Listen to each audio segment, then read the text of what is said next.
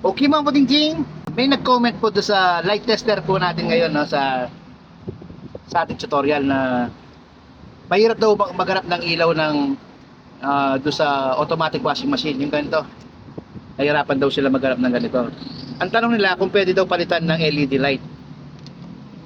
Yung ganito, LED light. Ito ang gagamitin natin. Ngayon, naghanap ako ng sirang remote control. Dalawa ang battery niya, 1.5 plus 1.5. Dahil naka-series siya, magiging 3 volts siya. Yan ang magiging ano natin, battery natin. Pag kunyari nalobat na yung battery, pwede nyo palitan. O kaya maghanap kayo ng rechargeable battery para nag-charge na lang, no? Di bale, ito ang ating negative, ito ang ating positive. Ito ang ating LED light.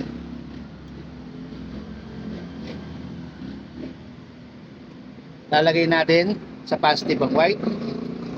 Tapos, ito naman sa hindi siya umilaw. Bakit hindi po siya umilaw? Kasi wala po siya sa tamang polarity. Ibig sabihin, itong blue, ito ang positive. Itong white, ito ang negative. Para iilaw po siya, dapat nasa tamang polarity. Ayan, umilaw siya. Ngayon, gagawin lang natin, simple lang. Itong positive lalagay na natin dito sa dulo ng ating terminal ng ating lalagyan ng battery. Ito ang positive niya, di ba? Itong LED natin, ilalagay na natin. Ipipix na natin sa battery, ang positive.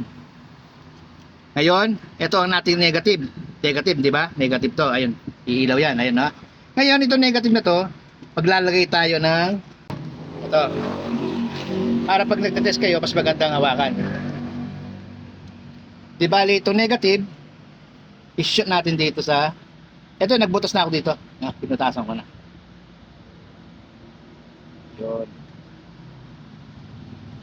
Lalagay natin dito sa negative ng battery.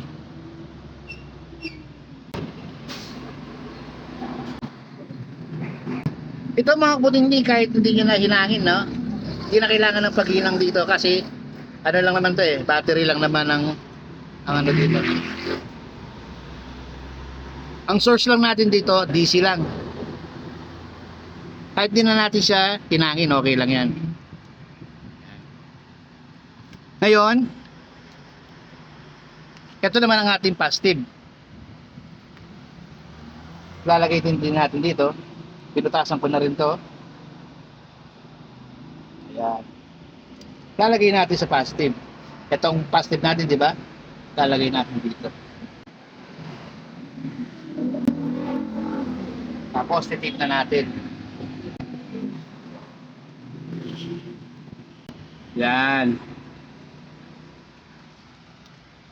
Ngayon, pag ito, pinagdikit mo ang positive at saka negative, iilaw na ang ating ilaw. Okay, symbol muna natin para maganda sa tignan.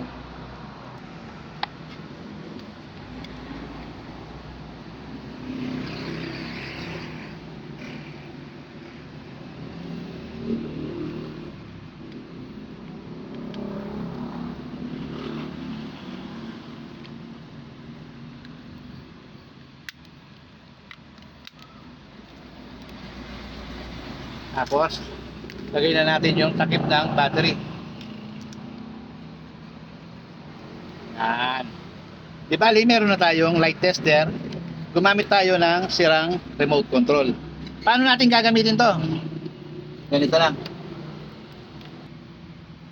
Okay. Ito ang ating bagong stator.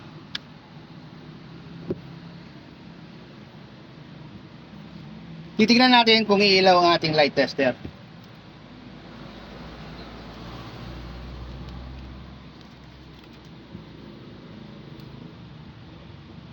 Kukunin natin yung green.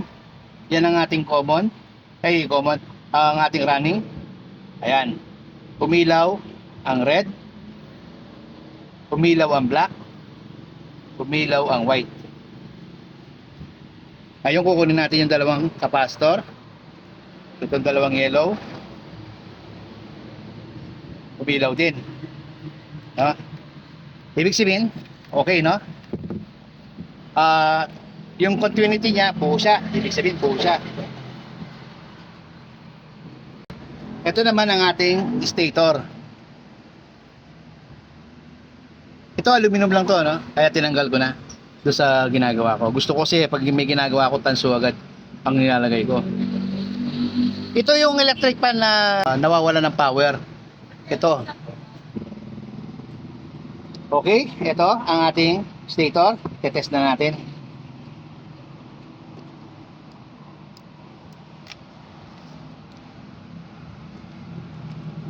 Itong white, ito ang ating running. Itong tatlong speed na to, ito ang ating common. Ang common natin, tatlo ang speed. 1, 2, 3, di ba? Hindi siya umilaw. Hindi siya umilaw. Hindi siya umilaw. Ayaw umilaw. Ngayon malalaman natin kung pwede pa magamit ang ating stator.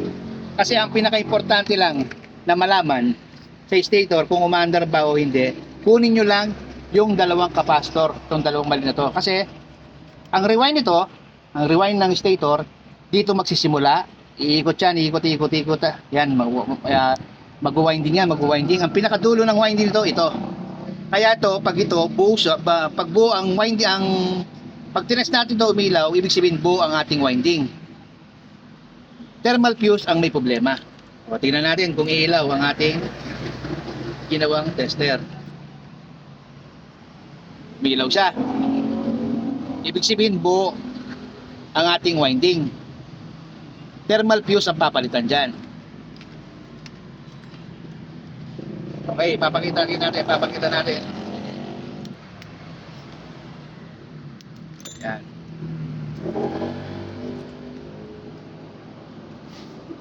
Ito mga ganitong mga klaseng nagpapalit ng thermal fuse, hindi naman porke pinalitan nyo ng thermal fuse, tatagal na ang buhay, no? Depende yan sa stator, kung malakas pa bang stator nyo o hindi. Minsan, may pagkakataon na magagamit nyo, may mga pagkakataon na madali nyo lang gamitin, mabilis bumigay, no? Hindi natin alam ang buhay ng bawat bagay, no? Mga bagay na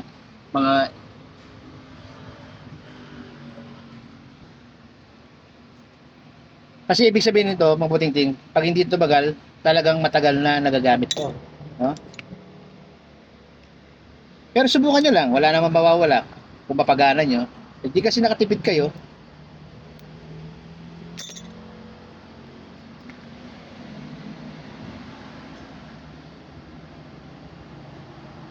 Okay, puputulin na natin dito. Titignan nyo, ha, kasi itong isang wire ng ating thermal fuse, mayroong isang magnetic wire yan, no? Nag-iisa lang yan. Ayan, ha. Baka maputol nyo. Pag naputol nyo yan, baka mahirapan na kayong ibalik. Putulin nyo muna doon sa walang magnetic wire. Dito sa kabila dito tayo sa kabila papuputol. Yan. Tapos tatanggalin na natin dito.